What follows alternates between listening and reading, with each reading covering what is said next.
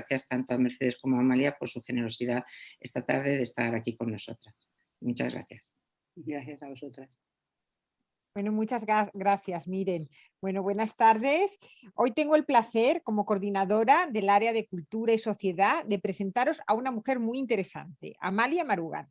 Amalia Marugán es licenciada en Derecho y diplomada en Criminología e investigación privada. Posee una de las licencias más antiguas como detective privado de España y tuvo su propia agencia durante más de 5 años. Realizó sus prácticas en el Centro Psiquiátrico Penitenciario de Foncalent, Alicante, uno de los más peligrosos de nuestro país.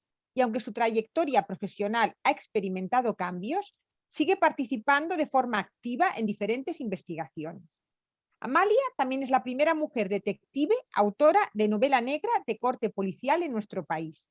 Y hoy tenemos la oportunidad de poder conversar con ella en relación a su trayectoria profesional como detective y escritora. Bueno, mi idea es que voy a ir haciéndole una serie de preguntas a Amalia al modo de una entrevista para que luego, bueno, todos vosotros podáis participar después haciéndole preguntas, como comentó antes Sofía. Bueno, yo en primer lugar, Amalia, me gustaría preguntarte qué ha significado para ti el oficio de detective y cómo describirías tu experiencia a lo largo del ejercicio de esta profesión. Pues para mí ser detective, mira, se me pone una sonrisa en la cara porque lo recuerdo como una etapa fantástica. Sí que no tenía nada que ver con la idea generalizada, ¿no?, que todo el mundo tenía de lo que es un detective, porque estamos muy mediatizados con el tema de las películas y del cine y lo que vemos. Pero sobre todo aprendí muchas cosas que se me han quedado como para el resto de mi vida, ¿no? Aprendí a anticiparme, a ser muy disciplinada, a observar con detenimiento, porque luego todo eso tenía que pasarlo a un informe. Pero lo que más se me ha quedado, que no es nada glamuroso ni nada televisivo, es la paciencia. Porque tienes que tener una paciencia para estar haciendo vigilancias durante horas y horas, detrás de una puerta, detrás de un coche, que es realmente nada glamuroso. Y encima, ten en cuenta que cuando empecé era tan joven que nadie se pensaba que podía ser detective, ¿no? Era una profesión que ni siquiera nosotras éramos conscientes de que en ese momento estábamos abriendo un camino muy grande a otras mujeres que vendrían a hacer y a ejercer. Éramos muy valientes, muy hechas para adelante y muy poco conscientes de la repercusión que lo iba a tener. Pero ha sido una etapa profesional que me ha enriquecido mucho. No sé si te he contestado bien. Sí, estupendo, estupendo. Amalia, tú eres también licenciada en Derecho y diplomada en Criminología. ¿De qué forma piensas que la intuición psicológica puede cooperar en la tarea del detective y del criminólogo? Pues lo de la intuición es un arma de doble filo, ¿eh? Porque yo siempre he creído que cuando tenemos una intuición y pensamos, ay, es que este persona va a hacer esto, o esto va a pasar, va a terminar así, ¿no? Eso que nos pasa a todos, que todos tenemos intuiciones. Si lo analizas, realmente, y lo analizas ya, claro, yo tengo 56 años, lo analizas con el paso del tiempo, te das cuenta de que muchas veces esa intuición lo que se basa es en patrones que a ti ya te han pasado. O sea, a ti ya te ha pasado que has seguido, en mi caso en la profesión cuando ejercía, a una persona con determinada conducta corporal o con determinada forma de hacer cosas y decías, este va a hacer esto y lo hacía. No era tanto intuición como el equipaje que ya tienes. A todos nos pasa, somos muy intuitivos, pero si lo analizamos, somos intuitivos de las cosas que ya sabemos. De las cosas que desconocemos, tener intuición puede ser muy peligroso, porque seguramente no vas a acertar, vas a pensar una cosa y va a ser otra. Entonces, la intuición, la intuición y la psicología, sí, claro, todos tenemos la nuestra, pero a la hora de trabajar es mejor apoyarse en hechos reales. Esa es mi opinión. Sí. ¿Y de qué forma se han vinculado, Amalia, si lo han hecho, tu experiencia como mujer detective y la de creadora de personajes de ficción dentro del ámbito de la novela negra y o policíaca? Pues hombre, conocer la profesión por dentro estoy segura de que me tiene que haber influido, porque crear ficción, yo creo que todos los escritores pueden escribir de lo que quieran, ¿eh? formándose, documentándose, tienes la habilidad de transmitir bien en escritura y lo haces. Pero si tú ya tienes ese conocimiento previo porque lo has vivido de primera mano, estoy convencida de que tus personajes y tus escenas y tu trama, siendo de ficción, tienen un pozo de realidad, es más creíble, aunque sean antónimos, es una ficción más realista.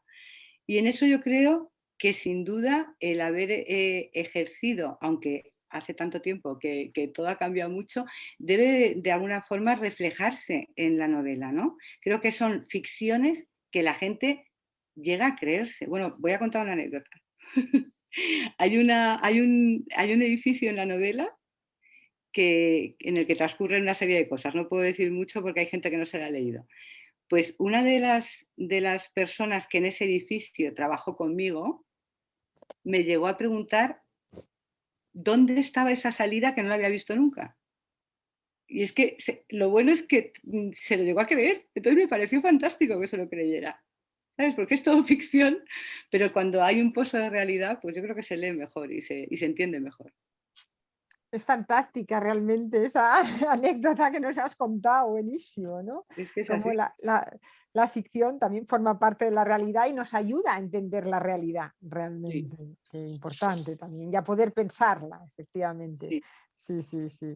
Bueno, yo también quisiera hacer un avance de la sinopsis de la que es tu primicia literaria, Vivir como si ya hubieras muerto. O sea, nuestra idea es que hoy, como futuros lectores, podamos ir aproximándonos a tu novela a través de este encuentro contigo, de forma que podamos ir fantaseando sobre la misma antes de su lectura y que a la vuelta de vacaciones podamos a posteriori conversar acerca de la misma en un nuevo próximo encuentro literario contigo desde otra posición, la del lector que ya conoce el relato. Entonces yo voy a pasar a leer la sinopsis para quien no la conoce. Durante 3 días de septiembre del año 2013, tras el paréntesis estival, un prestigioso despacho de abogados de Madrid recupera el ritmo frenético de trabajo. Un mediático cliente traerá sin pretenderlo la solución para cerrar un caso abierto 20 años atrás, el crimen de la calle Doctor Olari. La víctima de aquel brutal asesinato sigue rezando para encontrar a su agresor, un psicópata que odia a las mujeres y disfruta viéndolas sufrir. Y Mena, una detective más que suspicaz, nos enseñará su peculiar forma de trabajar, donde cumplir la ley no está reñido con obtener venganza. La venganza que persiguen algunos personajes, la maldad que poseen otros y la impunidad con la que actúan algunos empresarios y políticos corruptos dominan la acción desde las primeras páginas. Bueno, hasta aquí la sinopsis. Y yo sé, Amalia, que tú has reflexionado mucho en relación con el tema de la venganza, la maldad y la impunidad que aparece en tu novela. ¿De qué forma te ha ayudado la literatura y en particular esta novela para pensar sobre estos fenómenos? Pues mira, yo el tema de la venganza es algo que debo ser muy mala persona, estoy casi convencida de ello, porque yo no lo entiendo como el resto o la mayoría de las personas.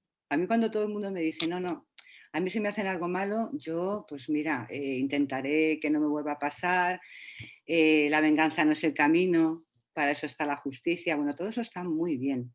Pero de verdad, decirme si no habéis pensado alguna de vosotras en alguna ocasión que os han hecho daño, vengaros. Porque es que la venganza es humana, es un sentimiento humano, que no digo que sea bueno, porque tiene el cariz de injurioso, de está mal visto, es políticamente incorrecto querer vengarse de alguien, pero yo creo que en la novela lo que quiero reflejar es la posibilidad de que la venganza lo que haga es equilibrar el mal hecho, haga no placentero el vengarse, ojo, no es que yo diga que la venganza sea un placer, porque en cierto modo sí que te equiparas al mal a la persona que te ha hecho el mal, ¿no? Pero sí que es una liberación. O sea, si tú consigues vengarte, ya no hablo en primera persona porque queda muy mal, pero de todos aquellos que te hayan hecho algo en algún momento de tu vida, eh, en la novela, en ficción, la protagonista se libera de esa carga de la victimización. Es muy fácil hablar desde el punto de vista del espectador, ¿no? Ha habido un asesinato, ha habido un crimen, ha habido una violación, cualquier cosa tremenda. esas víctimas quedan ahí al margen, nos centramos en el delincuente, pero esas víctimas que son reales tienen que tener un objetivo que es restablecer su equilibrio emocional, su equilibrio físico, su equilibrio anterior al episodio, ¿no? Y una de las vías, de verdad que una de las vías es encontrar la venganza como equilibrio, como una aproximación a la justicia. ¿Qué hacemos cuando tenemos un caso muy grave? Cuando tenemos un caso muy grave, la sociedad reacciona y dice que pague en la cárcel, ¿no? Que ese delincuente vaya a la cárcel a pagar sus penas, pues también es una forma de venganza, no deja de estar ahí en el límite con la justicia.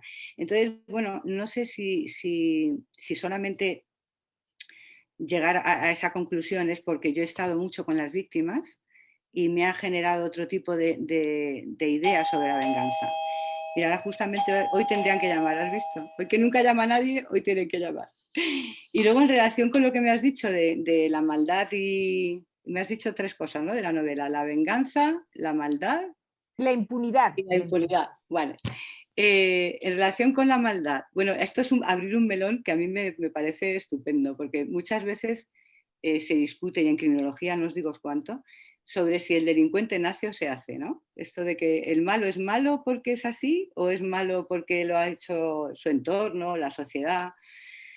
Bueno, pues hay teorías para todos los gustos, pero yo me acuerdo cuando estudiaba primero de criminología, me encuentro leyendo a un señor que se llamaba Lombroso, que era un médico del siglo XIX, que decía, esto es un extremo, que por los rasgos físicos una persona podía ser un delincuente y yo me quedaba pasmada. O sea, que porque tienes la mandíbula grande, la frente huidiza, los ojos juntos, ya eres un potencial delincuente. Y este hombre decía que sí, Luego es lo que nosotras hablábamos cuando avanzamos en la profesión, pues que tiene cara de malo, ¿no? Esto que decimos muchas veces, que tiene una cara de malo, bueno, pues eso puede fallar.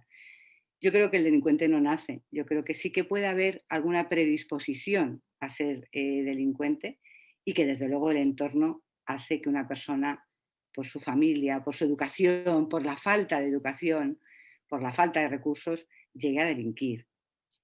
Y el último término que me has dicho, que es la impunidad, bueno, un poquito hilando con lo que acabo de decir de los malos, en la novela hay un malo malísimo que eso no tiene nada, o sea, ahí no hay nada de que reinsertar socialmente ni nada que hacer con él. O sea, es que hay gente, yo creo que hay gente mala. Y a lo mejor es muy duro, pero yo creo que hay gente mala y que es irrecuperable y que el sistema no los va a recuperar. Tampoco creo que sea políticamente correcto lo que digo, pero es lo que sé y lo que he vivido. Y a lo mejor pues no nos gusta, pero vivir con gente que es mala alrededor, pues vivimos todos con gente que es mala alrededor. Y es un horror y es mejor no cruzárnoslo, pero existen. Y el último punto, la impunidad, pues sí, por desgracia lo vemos todas en las noticias, en los periódicos, cuántos políticos corruptos, cuántos empresarios se van de rositas, ¿no? O se van de rositas toda su vida porque no se descubre, o aún descubierto el delito, pues nos parece que no es una pena justa la que se le impone, pues porque tiene una solvencia económica tremenda y porque tiene una defensa jurídica mucho mejor que cualquier otro y ya encontrarán los laberintos jurídicos para sacarle de allí, ¿no? Entonces esos 3 temas, tanto la venganza como la maldad, como la impunidad, están en la novela y están tratados de forma siempre, es ficción, pero están tratados bajo este punto de vista mío tan duro, por decirlo de alguna manera.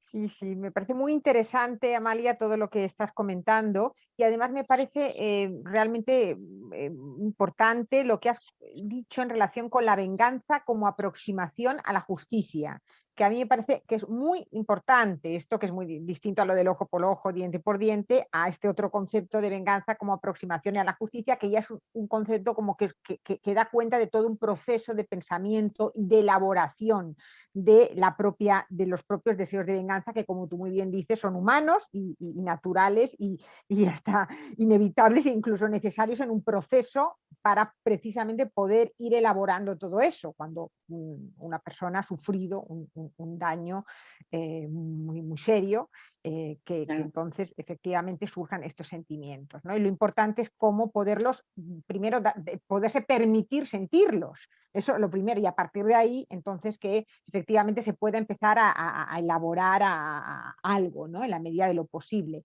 Y sí me parece muy importante ahí la literatura, precisamente las novelas, tu novela, que estamos todas seguro deseando leer, y para precisamente permitir la elaboración de todas estas cuestiones. O sea que creo como la literatura, precisamente las artes, la literatura en especial, es un campo magnífico para poder elaborar todos estos sentimientos y en definitiva para poder pensar sobre todas estas cuestiones y sobre la maldad también, de la que acabas de hablar, y el tema de la impunidad, efectivamente, que tiene que ver con la falta de justicia, ¿no? Y los sentimientos de impotencia que crea, ¿no? Y de desamparo la impunidad, ¿no? En las personas, ¿no? Entonces, qué importante me parece que las novelas, la literatura, para poder elaborar y pensar todas estas cuestiones para nosotros los lectores, y es realmente pues algo de lo que todos como lectores tenemos que estar muy agradecidos a vosotros escritores, novelistas, o sea que eso vaya por delante. Sí, sí. Y bueno, yo otro tema que también te quería preguntar es que, bueno, Dime. que quería sacar a colación, es que a mí me parecía que podría ser interesante también hacer referencia a grandes rasgos a las dos corrientes literarias principales dentro del género policíaco y de novela negra, que son la escuela inglesa y la escuela norteamericana. Entonces, como sabréis, pues la conocida escuela inglesa o policial clásico, que es de corte racional, está asociada al enigma, en el que el tiempo de la investigación siempre comienza después del suceso a investigar. Entonces, dentro de la escuela inglesa, pues destaca sobre todo Arthur Conan Doyle, que es el creador del famoso detective Sherlock Holmes, la novelista Agatha Christie, también creadora del personaje de Hercule Poirot y Mrs. Marple. Y también dentro de la escuela inglesa contamos también con dos famosos ejemplos del novelista Graham Greene, que se han llevado al cine y que hoy en día son clásicos: El tercer hombre y Vivir un gran amor, con su segunda versión titulada El final de la aventura. Esto para un poco resumir la escuela inglesa. Y luego, por otra parte, tenemos pues la escuela norteamericana o policial negro y duro, que está impregnado de irracionalidad y que está más bien ligado a un manejo de la realidad más materialista, y donde el relato coincide con la acción y se va de la causa al efecto, o sea, lo contrario que en la escuela inglesa. Y este tipo de novela pues ha tenido tanto interés que el cine negro norteamericano se basa en guiones de novela de famosos escritores como son Raymond Chandler y Dashiell Hammett, y dentro del género de suspense, Patricia Highsmith. Entonces yo quería preguntarte, dentro de todo este amplio espectro, a mí me gustaría preguntarte, ¿en qué lugar te sitúas tú como autora española de novela negra y o policial? Bueno, con toda la maravilla que has contado, es difícil ser ni acercarse, ¿no? Pero esto es complicado, porque mi novela no es una novela negra, no es una novela policíaca, solo detectivesca. Yo creo que he intentado que haya un poco de ingredientes de todo este tipo de género de suspense, ¿no? Es fundamentalmente una novela detectivesca, pero es fundamentalmente de suspense. Yo lo que he querido es entretener, divertir, enganchar y hacer que los lectores, desde que comienzan a leer hasta el final, estén motivados por saber cómo va a terminar, ¿no? Entonces, no es el detective que va cogiendo pistas estilo británico y resuelve el caso, no es la novela negra americana que sucede todo a la vez, ¿no? Como las películas que vemos de cine negro, es un poquito, un cóctel entre ambos géneros y con una única finalidad, que pensemos que todo está por algo, o sea, todo está relacionado, y sin poder destripar la novela para los que no la han leído, el final para mí es casi la parte más importante de la novela, porque al hilo de todo lo que hemos estado hablando, ¿no? Para entender cuando las consecuencias, ¿no? De una victimización, las consecuencias de una familia que pierde a alguien, las consecuencias de un drama del que sea, hay que ponerse en la voz y en la piel de los que quedan. Y la piel de los que quedan necesitan soluciones. Y si hay algún sobreviviente, también lo necesita. Y encontrar esa venganza, justicia, me parecía fantástico, porque es ficción, pero si se pudiera dar en la realidad, qué satisfacción, qué bien conseguir que tu vida vuelva a ser tuya, que la vida de tus familiares vuelva a ser suya, que nadie te haya arrebatado nada, aunque esa cicatriz siempre esté. Entonces, conseguir eso a través de una novela de intriga, de suspense, era mi objetivo, era entretener. Entonces, catalogarla, clasificarla como novela negra, como novela... Sí que es verdad que todo el mundo que se la ha leído me dice que es como una película. Esa es la opinión que me dan las lectoras, los lectores, me dicen que es como un thriller, que lo están leyendo y están viendo una película de acción. Pues genial, porque entonces consigo que sea rápida, ¿no? No dura hora y media leerla, pero llevada al cine sería una película de hora y media. Entonces estoy feliz por eso. Me encanta porque yo además auguro que vas a crear un género propio aquí, dentro de la novela de corte policial y novela negra, como estábamos hablando. Y bueno, y además me parece realmente muy valioso cuando una novela de este tipo, a un autor le pueden decir que es como un thriller, que sea muy cinematográfica, ¿no? Porque eso me parece algo realmente también muy, muy valioso. Y bueno, a lo mejor tenemos tu novela en las pantallas, quién sabe. O sea que sería estupendo. Muy bien, pues yo quería preguntarte también otro tema en relación al tema del misterio y quería traer a Borges aquí a colación. Cuando Borges decía que la solución del misterio es siempre inferior al misterio mismo. Tú como autora de novela negra y policial, ¿qué piensas en lo referente a esto? ¿Qué opina Borges? Pues yo como autora, ahora te cuento, pero como lectora fundamentalmente me parece que es la frase, ¿no? Es la frase que define la novela policíaca. No hay nada peor que estar leyendo algo súper interesante, que estás ahí emocionado, que estás diciendo una página más, un capítulo más, aunque duerma menos, y que llegue un final desastroso. Porque entonces le coges manía, yo por lo menos es que le cojo manía al escritor, ya no vuelvo a leer nada de él y digo, vaya fiasco este final que me ha soltado, o los finales estos fantásticos que de pronto aparece una solución que dice, pero bueno, ¿esto dónde se ha sacado? ¿Pero esto por qué? Ya me ha estropeado la novela. Entonces, la frase de Jorge Luis Borges es muy importante porque el misterio, según esa frase, por lo que acabas de decir, es más importante que el desenlace, ¿no? Que la solución del misterio. No tendría por qué ser así. De hecho, yo pienso que eso ocurre porque la trama de cualquier cosa, de un ensayo, de una novela, la trama, la estructura que tú generas en una obra literaria tiene que ser muy sólida. Cuanto más sólida sea esa estructura, el final casi seguro que va a ser menos malo. Y si la trama está muy bien enlazada, el final va a ser mejor que la trama, porque va a generarte una satisfacción el terminar la novela, el cerrar todo lo que ha pasado, que dices, ole, ole, yo le quiero leerme otro más de este autor. Y eso es lo que te pasa, ¿no?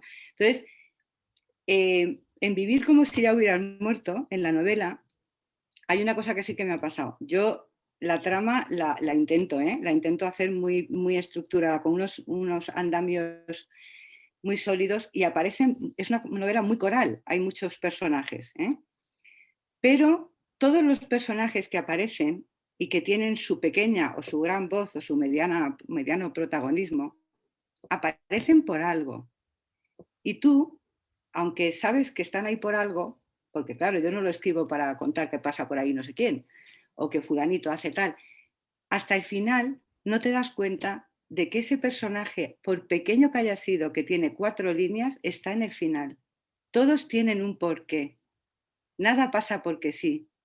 Todos tienen su voz al final de la novela, su pequeña, mediana o su gran protagonismo, ¿no?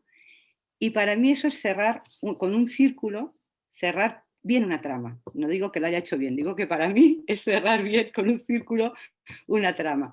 Porque si no, te da la sensación de que algo suelto o algo fantástico está solucionándolo. Y eso empobrece mucho una buena novela de suspense. El final tiene que ser o sorprendente o esperado y sorprendente, o mágico, pero mágico de decir, esto es lo que tenía que pasar, ¿sabes? No un final improvisado. Esos cierres improvisados a mí me matan. No sé si te he contestado a la frase, pero es lo que Muchísimas siento. gracias, Amalia. Sí, sí, ha estado realmente muy, muy interesante todo lo que nos has aportado, verdaderamente. Y bueno, y ahora me gustaría que todos vosotros pues podáis participar y seguir preguntando, comentando con Amalia todo lo que deseéis y podamos ponerlo en común. Y muchas gracias. A vosotras. No sé si tenéis alguna pregunta. Yo pregunta no, pero me he quedado con algo que acabas de decir. Yo me leí la novela al poco de salir. La devoré porque es interesante desde el minuto cero y lo que tú dices, cierras ese círculo, das protagonismo en mayor o menor medida a todos los componentes de la novela y para mí es un final que yo decía desde el capítulo 1, por favor, que acabe así, que acabe así. Y que das, Amalia, es que es magistral, porque pocas novelas, yo de pocas novelas, y leo muchas, es el final que yo esperaba, porque terminas la novela y dices, y con fulanito, menganito, ¿qué pasó? Yo le hubiese dado este final, y ves, no. Yo he vivido un tema similar en primera persona y cuando llegué al final era como que me diste un chute de vitalidad, como diciendo, Qué bien. aunque la justicia no me haya sido No ha sido justa, ¿no? Sí, sí, pero igual en un futuro me espera lo que nosotros llamamos karma y me das un final parecido o similar a tu novela. Me encantó, te felicito y ya te digo, y a todas las que no lo habéis leído, desde el minuto cero, enganche total y con un final divino. Gracias, Amalia. Ana, de verdad, muchísimas gracias. Y yo creo, hablando con lo que has dicho ahora de que el karma, yo soy creyente, pero aún así creo en la justicia terrenal. Estoy convencida de que la vida que tenemos es larga precisamente para que haya justicia aquí. Y ojalá que esa justicia que tú deseas y que seguro te mereces aparezca. Ya verás cómo sí. Gracias. Bueno, yo también quería compartir, tengo el libro dedicado, o sea que para Amalia le leí y me pasó lo que Ana, o sea, le leí en 3 días, enganchada totalmente, sobre todo porque está muy bien, es muy dinámico. Además, bueno, pues yo vivo cerca también de la Fuente del Berro, con lo cual te lo hace todo como muy cercano, ¿no? Estoy en mitad de camino entre la Fuente del Berro y la calle Serrano, entonces... para las que vivimos en Madrid, conoces un poco las zonas, está ambientado además en una época muy actual y yo creo que es fácil ponerse en la piel de cada uno de los personajes como ha comentado Ana, ¿no? Y en todos y en cada uno de ellos, ¿no? Ver cómo van enlazándose entre ellos está muy bien y cierras efectivamente. No hay ningún personaje que se quede en el camino que digas, ¿y de este qué pasó? Y eso también se agradece, porque la vida es verdad que está llena de coincidencias, ¿no? Y algunas que parecen que no lo son. Exacto. O sea que muchas gracias, Amalia. Gracias a ti. Espero leer pronto tu próximo libro. Estamos en ello, estamos ahí escribiendo. Por eso iba a preguntarte yo si hay un próximo libro. Bueno, pues mira, ahora mismo tengo como deberes la Guardia Civil en el levantamiento del cadáver, la autopsia psicológica en medicina legal y forense. O sea, tengo aquí un lío que para qué te cuento. Perfecto. Y esta siguiente es más detectivesca todavía. Esta va a ser, que es un ejercicio que yo quiero hacer con el lector, que es que sepa lo mismo que sabe la detective desde el principio hasta el final. Cosa que no ocurre en esta, ¿no? En esta novela tú sabes, porque yo, narradora y detective y otros personajes te van contando lo que está pasando. En esta es un ejercicio muy complicado porque lo que quiero es que todas seamos Mena. todas vamos a ser la detective. Y nos vamos a enfadar seguramente con ella cuando habrá un campo de investigación que no nos parezca correcto. Vamos a decir que qué mal lista, ¿no? Que ha estado haciendo. Pero vamos a saber lo mismo que ella, porque es una forma de que os haga partícipes de una investigación tal y como se hace. Y me parece que voy a tardar, porque voy por la mitad más o menos, pero que me lo estoy pasando fenomenal, no os lo podéis imaginar. Me lo estoy pasando pipa. Además tengo un guardia civil que me está ayudando muchísimo, una médico forense que también, bueno, estamos ahí, somos un equipo fantástico. Estoy muy contenta. A ver si sale igual que esta primera y os gusta cuando la leáis. Y entonces esta, que bueno, yo por lo menos la voy a leer ahora este verano y luego hablaremos a la vuelta del verano, es en el barrio, entonces, en el barrio de Salamanca, por lo que estaba diciendo. Sí, de hecho se desarrolla parte, la trama principal es en Madrid, en un despacho muy ubicado en el centro de Madrid, y que de hecho yo trabajé en ese despacho, eso es real, pero bueno, lo he cogido de ahí, yo trabajé en ese despacho, en ese edificio, y luego en la Fuente del Berro. La Fuente del Berro es otro escenario, ¿no? Creo que más que un escenario es hasta un protagonista más de la novela, La Fuente del Berro. Y ya, pues mira, una cosa que me encantaría hacer, que no sé si se podrá, espero que después de verano ya a lo mejor podamos hacer esta reunión en persona, a lo mejor sería ir a la Fuente del Berro después de que hayáis leído la novela y explicaros qué pasaba allí. Porque no voy a desvelar nada de la novela, pero en Madrid existieron los Campos Elíseos y la gente no lo sabe. Existieron como realidad, porque el Parque del Retiro se abre después al público, era un parque privado de reyes. Y Fuente del Berro era una parte de esos campos elíseos, de Madrid. Había teatros, había zoos, había una maravilla. O sea, los grabados que quedan, si lo queréis bichear, los Campos Elíseos de Madrid estaban en esa zona. Y ahí pasa una cosa, que bueno, las lectoras ya lo saben, porque existen unas estructuras que aún se conservan de entonces. Pero pues es muy madrileña, es una novela muy madrileña. Pues podemos hacer un networking drink ahí en la zona de la Guindalera, ir a verlo. Además hay muchos sitios para luego tomarnos algo y charlar. Claro. Pues, vamos a hacer ese paseo tenebroso, ¿no? Que hay que hacerlo de día. Además, lo que decía Bisi, las que hemos vivido en esa parte, porque yo he vivido al final de Hermosilla, esquina con Marqués de Zafra, y la Fuente del Berro la tenía a nada, 2 minutos. Entonces, como que te metías más en el entresijo de toda la madeja de la novela, como que me hacía parte de esa novela. Me encantó. La verdad que, miren, si te la lees este verano, pues ya, la vas a acabar en 3 días, porque te va a enganchar. Lo que ha dicho Bisi de los 3 días, vamos, voy a por ella ya. Yo tardé, empecé un viernes a las 11 de la noche, el domingo a mediodía la tenía leída. Fíjate. Pero porque me tiré horas, no porque sea, no, es que es un enganche total.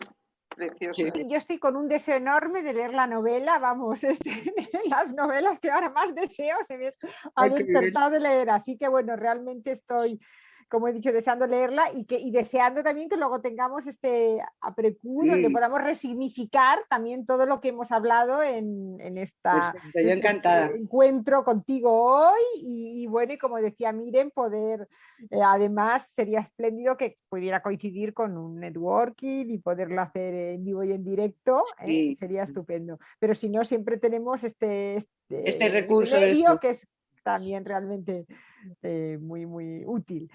Bueno, pues de mi parte agradecerte muchísimo, Amalia, todo lo que nos has aportado y bueno, y que te esperamos con ilusión a la vuelta del verano. Y bueno, doy la palabra a Miren para que como presidenta de Pirabolluen cierre este evento. Bueno, pues nada, muchas gracias a todas. De verdad, muchas gracias a Amalia y Mercedes y Sofía, Marta, todos que nos habéis acompañado. Y nada, quedamos emplazadas. Vamos, yo mañana voy a ir directa ahí a la Filipa o a Ferrer del Río a la Cultural por el libro. Y en septiembre organizamos el quedar en Eva Duarte y que nos enseñes el sitio y ya buscamos un sitio donde podamos hacer el evento y charlar de tu libro. Compartir, claro que sí. Ganas locas. Muchas gracias a todas. Gracias a todas. Gracias. Muchas gracias. Muchas gracias, Amalia. Gracias. Buen verano también.